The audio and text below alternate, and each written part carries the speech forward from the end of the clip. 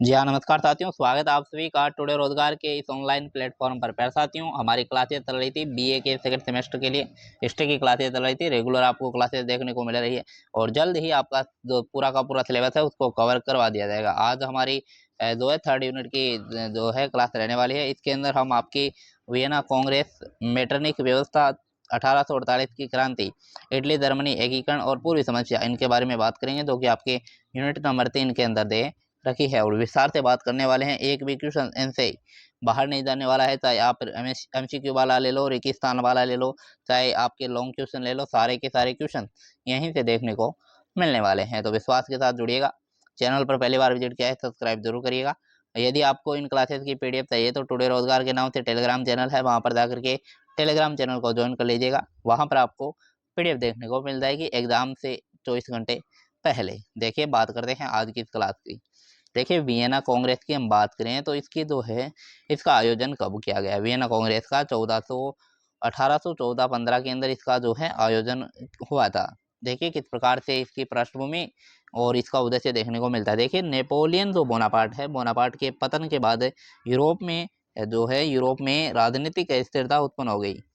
राजनीतिक अस्थिरता यहाँ पर उत्पन्न हो गई, जिसमें नेपोलियन द्वारा किए गए क्षेत्रीय परिवर्तनों को समाप्त करके यूरोप में शांति और शक्ति संतुलन स्थापित करने के लिए 1814 और 15 में जो है वियना कांग्रेस आयोजित की गई थी। 1814-15 में इसके मुख्य उद्देश्य देखो कि यूरोप में अस्थायी जो है आपके शांति स्थापित करना इसका उद्देश्य रहा है।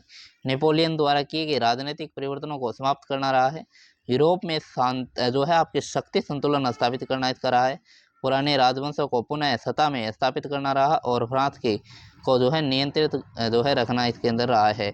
और यूरोप जो था उसके अंदर क्रांतिकारी एवं राष्ट्रवादी विचारों को रोकना जो है इसका मुख्य उद्देश्य रहा है। ये जितने भी उद्देश्य हैं इसको आप अच्छे प्रकार से देख लीजिएगा। उद्देश्य से भी अलग से प्रश्न देखने को मिल सकता है, बाकी पृष्ठभूमि और उद्देश्य को मिला करके भी एक प्रश्न आपको लघु उत्तरात्मक के अंतर्गत देखने को मिल सकता है। उसके बाद प्रमुख निर्णय देख रहे हैं कि देखिएगा निर्णय किस प्रकार से यहाँ पर देखने को मिले हैं। फ्रांस में जो है बुर्बो वंश की जो है पुनर्स्थापना की गई।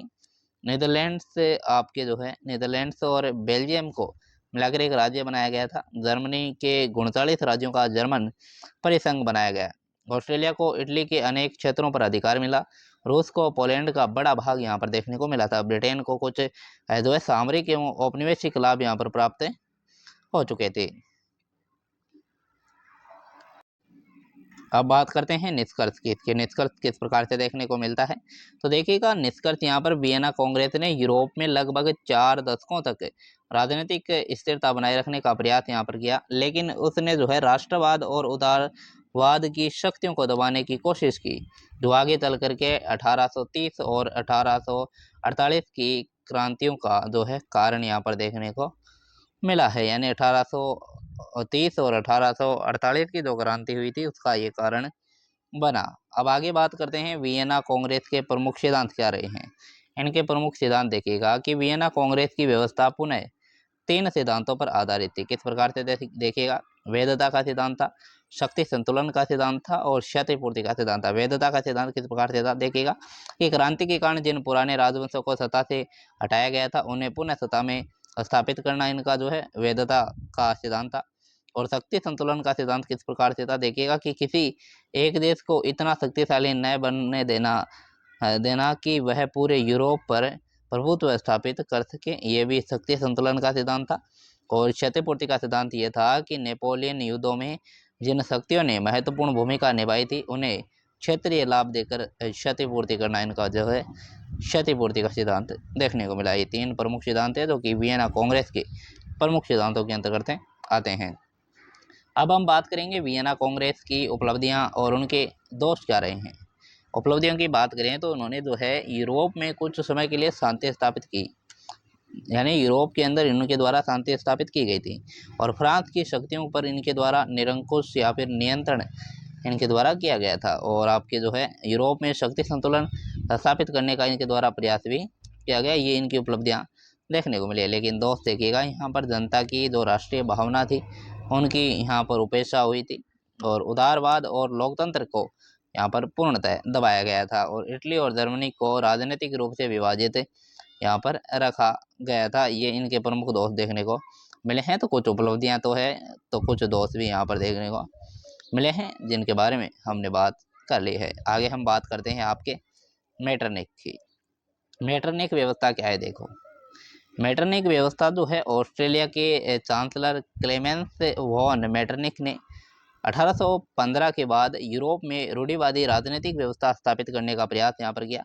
इसे मेटरनिक व्यवस्था है वो कहा गया था। यानी ऑस्ट्रेलिया के चांसलर थे क्लेमेंस वॉन मेटरनिक, जो कि आपकी 1815 के बाद यूरोप में जो है रूढ़िवादी राजनीतिक व्यवस्था स्थापित करने का प्रयास किया था और इसे ही मेटरनिक व्यवस्था कहा गया। इसकी प्रमुख विशेषता यह थी कि राजतंत्र का समर्थन हो, उदारवाद एवं राष्ट्रवाद का यहाँ पर विरोध हो, क्रांतिकारी आंदोलन का दमन हो और प्रेस और अभिव्यक्ति की स्वतंत्रता पर नियंत्रण हो। ये इनके प्रमुख विशेषता मानी जाती है। और मेटरनिक की नीति देखिएगा किस प्रकार से इनकी नीति रही है कि उन्होंने जो है आंतरिक नीति अपनाई और विदेशी नीति। देखिए आंतरिक नीति क्या कहती है कि उदारवादी विचारों पर प्रतिबंध लगे, विश्वविद्यालयों पर निगरानी हो और आपके सेंसरशिप और गुप्त पुलिस का यहाँ पर क्या हो, विस्तार हो। और विदेश नीति के अंतर्गत यूरोप में ऑस्ट्रेलिया का प्रभाव बनाए रखना, इटली में प्रभुत्व व्यवस्था जो है बनाए रखना और वियना व्यवस्था को बनाए रखने हेतु रूढ़िवादी शक्तियों के साथ सहयोग करना, ये इनकी विदेश नीति देखने को मिली है। अब हम बात करते हैं मेटरनिक व्यवस्था के पतन के क्या कारण रहे। पतन के कारण यहाँ पर देखिएगा कि राष्ट्रवाद का प्रसार, इटली और जर्मनी में जो है राष्ट्रीय एकता की भावना यहाँ पर भावना का बढ़ना और उदारवाद का विकास देखिएगा, संविधान और नागरिक अधिकारों की यहाँ पर मांग होने लगी। आर्थिक समस्याएं जिसमें बेरोजगारी है, महंगाई है और खाद्यान्न संकट यहाँ पर देखने को मिला और मध्यम वर्ग का उदय, शिक्षित वर्ग द्वारा राजनीतिक अधिकारों की यहाँ पर मांग होने लगी। फ्रांस की 1848 की क्रांति पूरे यूरोप में क्रांति की लहर पैदा हो चुकी थी। इसी कारण यहाँ पर मेटरनिक व्यवस्था का पतन हो गया। निष्कर्ष है ये व्यवस्था जनता की आकांक्षाओं के विरुद्ध थी, इसीलिए इसका पतन होना तो निश्चित ही था। तो ये प्रमुख पतन के कारण रहे थे, इनको अच्छे प्रकार से आप याद कर लीजिएगा। अब हम बात करते हैं 1848 की जो क्रांति हुई थी, इसके क्या कारण रहे। इसके कारण जो है वो देखिएगा कि राजनीतिक क्या कारण रहा, उदारवाद क्या रहा, राष्ट्रवाद, आर्थिक संकट और फ्रांसीसी प्रभाव। राजनीतिक तौर पर देखें तो निरंकुश शासन और अधिकारों का यहाँ पर अभाव था। उदारवाद के अंदर मध्यम वर्ग द्वारा प्रतिनिधि शासन की मांग होने लगी और राष्ट्रवाद के अंदर राष्ट्रीय एकता की तीव्र आकांक्षा यहाँ पर देखने को मिली थी। और आर्थिक संकट के अंदर मंदी है, बेरोजगारी, खाद्य पदार्थों की जो है बढ़ती कीमतें यहाँ पर देखने को मिली। और फ्रांसीसी जो प्रभाव था उसमें फरवरी 1848 की फ्रांसीसी क्रांति ने इसको जो है प्रेरणा दी थी। ये प्रमुख 1848 की क्रांति के जो है कारण देखने को मिले थे। 1848 की क्रांति का प्रभाव किस प्रकार से देखने को मिला है। फ्रांस के अंदर, ऑस्ट्रिया के अंदर और इटली एवं जर्मनी के अंदर। और फ्रांस के अंदर जो आपके लुई फिलिप का शासन समाप्त और द्वितीय गणतंत्र की स्थापना हुई। ऑस्ट्रिया में मेटरनिक को पद छोड़ना पड़ा और इटली और जर्मनी में राष्ट्रीय एकता की भावना और संवैधानिक सुधारों की मांग जो है तेजी से होने लगी, जिसके कारण 1848 की क्रांति जो है होने लगी। 1848 क्रांति के ये प्रभाव है, अच्छे प्रकार से देख लेना है। अब इनकी असफलता के क्या कारण रहे 1848 की क्रांति के। देखिए क्रांतिकारियों में एकता का अभाव देखने को मिला था, स्पष्ट योजना की यहाँ पर कमी देखने को मिली। मध्यम वर्ग और मजदूर वर्ग में मतभेद होने लगा था और राजतंत्रों के पास प्रशिक्षित नेताओं सेनाओं का होना ये भी प्रमुख कारण था। रूढ़िवादी शक्तियों का हस्तक्षेप होना यहाँ पर जो है इसकी असफलता का कारण जो है बना था। और ऐतिहासिक महत्व इसका किस प्रकार से देखने को मिलता है 1848 की क्रांति का। तो 1848 की क्रांतियों ने भविष्य के लिए आधार तैयार किया। देखिए उदारवाद और राष्ट्रवाद को व्यापक समर्थन मिला। यहाँ पर सामंतवादी व्यवस्था को गहरा जो है धक्का यहाँ पर लगा था। इटली और जर्मनी के एकीकरण की प्रक्रिया को गति मिली और आधुनिक राष्ट्र राज्यों के जो है विकास का मार्ग यहाँ पर प्रशस्त हुआ था। इस प्रकार से यहाँ पर ऐतिहासिक महत्व देखने को मिला है। अब हम बात करेंगे इटली के एकीकरण से संबंधित कुछ महत्वपूर्ण प्रश्नों की। इटली के एकीकरण से संबंधित देखिएगा कि इटली के एकीकरण की पृष्ठभूमि एवं उनके कारणों का यहाँ पर जो है वर्णन करना है। देखिए 19वीं शताब्दी के प्रारंभ में इटली अनेक छोटे छोटे राज्यों में जो है विभाजित था। इनमें कई जो राज्य थे उन पर ऑस्ट्रिया का प्रभाव देखने को मिला था। एकीकरण के क्या कारण रहे, देखिए एकीकरण के कारण इटली में राष्ट्रीय चेतना का विकास हुआ। ऑस्ट्रिया ने के विदेशी जो शासन था उसका विरोध किया गया। उदारवाद एवं राष्ट्रवाद का यहाँ पर प्रसार देखने को मिला था। साहित्य और शिक्षा द्वारा राष्ट्रीय भावना का विकास हुआ। आर्थिक एकता की आवश्यकता देखने को मिली और जिससे पे जो मेजिनी था उसका मेजिनी का राष्ट्रवादी आंदोलन हुआ।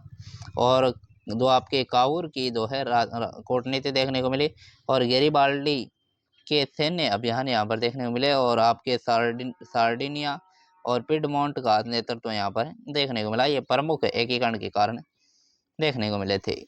और निष्कर्षतः हम कह सकते हैं कि इटली का एकीकरण राष्ट्रवाद, कूटनीति, युद्ध और जन आंदोलन के जो है संयुक्त प्रयास का यहाँ पर परिणाम था। नेक्स्ट हम बात करते हैं इटली के एकीकरण में मेजिनी, काउर और गेरिबाल्डी की भूमिका किस प्रकार से देखने को मिली थी। देखिएगा मेदिनी ने यंग इटली संगठन की स्थापना की और उसने युवाओं में जो है राष्ट्र की भावना उत्पन्न की और एक स्वतंत्र एवं एकीकृत इटली का जो है सपना प्रस्तुत किया था। और कावूर की बात करें, कावूर ने जो है आपके सार्डिनिया पिडमोंट का प्रधानमंत्री था। उसने कूटनीति के माध्यम से फ्रांस को अपने पक्ष में जो है कर लिया और ऑस्ट्रिया के विरुद्ध युद्ध में सफलता प्राप्त की। और उसकी जो ये नीति थी वो व्यवहारिक और कूटनीतिक थी। और गेरिबाल्डी की बात करें तो गेरिबाल्डी ने अपने रेड शर्ट्स के साथ आपके सिसिली और आपके नेपल्स पर विजय प्राप्त की। उसने जीते हुए क्षेत्रों को जो विक्टर जो है इमैनुअल द्वितीय को सौंप दिया था। निष्कर्षतः मेदिनी ने विचार और राष्ट्रवाद दिया, कावूर ने कूटनीति और राजनीति का मार्ग अपनाया और गेरिबाल्डी ने सैन्य शक्ति से एकीकरण को आगे बढ़ाने का काम जो है किया था। इटली के एकीकरण की प्रमुख घटनाएं क्या क्या देखने को मिली है, देखिएगा कि इटली के एकीकरण की प्रमुख घटनाएं देखिएगा क्रमबद्ध इनका वर्णन दिया गया है। 1831 में जो है मेदिनी ने यंग इटली की स्थापना की। 1848 में इटली में ऑस्ट्रिया के विरुद्ध आंदोलन हुआ और 1852 जो था उसमें कावूर सार्डिनिया का प्रधानमंत्री बना और 1859 में फ्रांस की सहायता से सार्डिनिया ने ऑस्ट्रिया को जो है पराजित किया। 1860 में गेरिबाल्डी ने सिसिली और नेपल्स पर अधिकार किया और 1861 में विक्टर जो है इमैनुअल द्वितीय के नेतृत्व में इटली के राज्य की स्थापना हुई थी। 1866 में वेनेशिया इटली में शामिल हुआ। 1870 में रोम इटली में शामिल हुआ और एकीकरण यहाँ पर 1870 है यहाँ पर जाकर के पूर्ण हो चुका था। निष्कर्षतः जो है हम कह सकते हैं कि 1870 तक इटली का राजनीतिक एकीकरण लगभग पूर्ण हो गया और रोम उसकी राजधानी बनाया गया था। तो इटली की राजधानी क्या बनाया गया था, कौन सी बनाई थी, रोम को बनाई थी। नेक्स्ट हम बात करते हैं जर्मनी के एकीकरण से संबंधित जितने भी क्वेश्चन हैं उनको देख लेते हैं। देखिएगा जर्मनी के एकीकरण में बिस्मार्क की क्या भूमिका रही है उसके बारे में देखिए। ओटो वॉन बिस्मार्क जर्मनी के एकीकरण का प्रमुख निर्माता था। वह प्रशा का प्रधानमंत्री था। उसने रक्त और लोहे की नीति अपनाई। उसका विश्वास था कि जर्मनी का एकीकरण भाषणों से नहीं बल्कि सैन्य शक्ति और कूटनीति से ही हो सकता है, ऐसा बिस्मार्क का मानना था। इसी बिस्मार्क की जो है पूर्णतः जो आपकी नीतियां थी वो किस प्रकार से देखने को मिली थी, तो वो देखिएगा। बिस्मार्क की प्रमुख नीतियां प्रशा की सैन्य शक्ति को मजबूत करना, ऑस्ट्रिया को जर्मन राजनीति से बाहर करना और फ्रांस को पराजित करना इसकी जो है नीति रही थी। और कूटनीति से यूरोपीय शक्तियों को अलग थलग करना था और युद्धों के माध्यम से जर्मन राज्यों को जो है प्रशा के नेतृत्व में संगठित करना, ये इनकी जो है प्रमुख बिस्मार्क की जो है नीतियां देखने को मिली थी। बिस्मार्क ने कूटनीति, युद्ध और सैन्य शक्ति के माध्यम से जर्मनी का एकीकरण जो है पूरा किया था। नेक्स्ट हम बात करते हैं जर्मनी के एकीकरण में जो है डेनमार्क, ऑस्ट्रिया और फ्रांस के साथ हुए युद्धों का वर्णन यहाँ पर करना है। डेनमार्क का युद्ध 1864 के अंदर हुआ था। पर्सा और ऑस्ट्रिया ने मिलकर डेनमार्क को पराजित किया और आपके स्लेस्विग और होलस्टीन पर नियंत्रण जो है इनको मिला था। नेक्स्ट, ऑस्ट्रिया और पर्सा युद्ध 1866 में बिस्मार्क ने ऑस्ट्रिया को पराजित किया। इसके बाद ऑस्ट्रिया को जर्मन राजनीति से बाहर कर दिया गया था। उत्तरी जर्मन संघ की यहाँ पर स्थापना हुई थी। अब फ्रांस पर्सा युद्ध 1870-71 में फ्रांस की पराजय से जो है दक्षिणी जर्मन राज्य भी पर्सा के जो है साथ आ गए थे। और 1871 में वर्साई के महल में विलियम प्रथम को जर्मन सम्राट यहाँ पर घोषित किया गया था। निष्कर्षतः क्या हुआ, इन तीनों युद्धों ने जर्मनी के राजनीतिक एकीकरण को पूरा करने में निर्णायक भूमिका यहाँ पर निभाने का काम किया था। अब हम बात करते हैं क्वेश्चन संख्या 16 की। क्वेश्चन संख्या 16 क्या कहता है, देखिएगा कि इटली और जर्मनी के एकीकरण में समानताओं एवं असमानताओं का वर्णन करना है। देखिएगा समानताएं, देखिए दोनों आंदोलनों का आधार राष्ट्रवाद था, दोनों में विदेशी हस्तक्षेप के विरुद्ध संघर्ष हुआ और युद्ध और कूटनीति का प्रयोग यहाँ पर देखने को मिला। दोनों का जो नेतृत्व था वो एक शक्तिशाली राज्य ने किया और दोनों का एकीकरण 19वीं शताब्दी के अंदर देखने को मिला। ये दोनों इनके अंदर समानताएं थी। असमानताएं देखिएगा कि इटली के जो नेता थे उसमें मेजिनी, काउर और गेरिबाल्डी थे, इसमें बिस्मार्क थे और इसमें प्रमुख वादा ऑस्ट्रिया थी, इसमें ऑस्ट्रिया और फ्रांस दोनों शामिल थे। इसमें प्रमुख तत्व जन आंदोलन था, तो इसमें जो है सैन्य शक्ति और कूटनीति यहाँ पर देखने को मिली। पूर्णतया वर्ष यहाँ पर 1870 और ये 1871 के अंदर देखने को मिला। दोनों के अंदर बात करें तो दोनों का आधार राष्ट्रवाद था, लेकिन इटली का एकीकरण जन आंदोलन और कूटनीति मिश्रण से तथा जर्मनी का एकीकरण मुख्यतः बिस्मार्क की सैन्य कूटनीति से जो है आपके हुआ था। ये इनके अंदर प्रमुख अंतर देखने को मिला है। नेक्स्ट हम बात करते हैं पूर्वी समस्या के संबंध में। जितने भी क्वेश्चन है उन सभी को यहाँ पर ले लिया गया है। बात करते हैं पूर्वी समस्या से संबंधित क्वेश्चनों की। पूर्वी समस्या से आप क्या अभिप्राय है और इसके उद्भव के कारणों की यहाँ पर व्याख्या करनी। देखिएगा, पूर्वी समस्या से आज से यूरोप में कमजोर होते तुर्की ओटोमन साम्राज्य के क्षेत्र में भविष्य तथा उन क्षेत्रों पर यूरोपीय शक्तियों के बीच संघर्ष है। प्रमुख कारण देखिएगा यहाँ पर कि यहाँ पर ओटोमन साम्राज्य का पतन हुआ, बाल्कन क्षेत्र में राष्ट्रीयता का विकास देखने को मिला, रूस की जो है दक्षिण की ओर विस्तारवादी नीति देखने को मिली और ऑस्ट्रिया की बाल्कन क्षेत्र में रुचि देखने को यहाँ पर मिली थी। और ब्रिटेन की भारत के मार्ग की जो है सुरक्षा की चिंता, बाल्कन में ईसाई जनता का तुर्की शासन के विरुद्ध संघर्ष और यूरोपीय शक्तियों के बीच शक्ति संतुलन बनाए रखने की जो प्रतिस्पर्धा है वो यहाँ पर देखने को मिली थी प्रमुख कारण के अंतर्गत। निष्कर्षतः हम कह सकते हैं कि पूर्वी समस्या केवल तुर्की की आंतरिक समस्या नहीं थी, बल्कि ये यूरोपीय शक्तियों के राजनीतिक और सामरिक हितों से जुड़ी अंतर्राष्ट्रीय समस्या बन गई थी। नेक्स्ट बात करते हैं कि पूर्वी जो समस्या है, समस्या में रूस, ब्रिटेन, ऑस्ट्रिया की भूमिका किस प्रकार से देखने को मिली। रूस की भूमिका देखिएगा, रूस बाल्कन क्षेत्र में अपना प्रभाव बढ़ाना चाहता था। वह ओटोमन साम्राज्य के कमजोर होने का लाभ उठाकर काला सागर और भूमध्य सागर की दिशा में अपना प्रभाव बढ़ाना चाहता था। और ब्रिटेन जो था, ब्रिटेन रूस को भूमध्य सागर तथा भारत की ओर बढ़ने से रोकना चाहता था, इसीलिए वह कई बार ओटोमन साम्राज्य की क्षेत्रीय अखंडता का समर्थन भी करता था। और ऑस्ट्रिया बाल्कन में रूसी प्रभाव को रोकना चाहता था, साथ ही वह स्वयं भी बाल्कन क्षेत्र में अपना प्रभाव बढ़ाने का इच्छुक था। निष्कर्षतः हम कह सकते हैं कि तीनों शक्तियों के अलग अलग हितों के कारण पूर्वी समस्या लगातार जटिल होती गई थी। और आगे हम बात करते हैं क्रीमिया युद्ध को जो है पूर्वी समस्या के संदर्भ में समझाइए। क्रीमिया युद्ध किस प्रकार से देखने को मिला, देखिएगा 1853-56 का क्रीमिया युद्ध पूर्वी समस्या का एक महत्वपूर्ण चरण था। रूस और ओटोमन साम्राज्य के बीच विवाद बढ़ने पर ब्रिटेन और फ्रांस ने ओटोमन साम्राज्य का समर्थन किया। युद्ध के प्रमुख कारण थे कि रूस का बाल्कन में बढ़ता प्रभाव, ओटोमन साम्राज्य का रूस का दबाव, और ओटोमन साम्राज्य था उस पर रूस का दबाव बढ़ रहा था। धार्मिक अधिकारों को लेकर के विवाद था। ब्रिटेन और फ्रांस की रूस को रोकने की नीति थी। रूस को पराजय का सामना करना पड़ा और 1856 की पेरिस संधि हुई थी। पेरिस संधि यहाँ पर देखने को मिली थी और परिणाम देखिएगा कि रूस की शक्ति को अस्थायी झटका लगा। ओटोमन साम्राज्य की क्षेत्रीय अखंडता का समर्थन हुआ। रूस के काला सागर सैन्य प्रतिबंध पूर्वी समस्या कुछ समय के लिए शांत जो है हो गई थी। निष्कर्षतः क्रीमिया युद्ध ने स्पष्ट कर दिया कि पूर्वी समस्या यूरोप की महान शक्तियों के बीच शक्ति संघर्ष का केंद्र बन चुकी थी। नेक्स्ट हम बात करते हैं पूर्वी समस्या के विकास एवं यूरोप पर उसके प्रभाव का वर्णन करना है। देखिएगा, पूर्वी समस्या 19वीं शताब्दी में लगातार विकसित होती रही। ओटोमन साम्राज्य की कमजोरी के साथ बाल्कन क्षेत्र में विभिन्न जो है आपके राष्ट्रीयताओं ने जो है आपकी स्वतंत्रता की मांग है वो शुरू कर दी थी।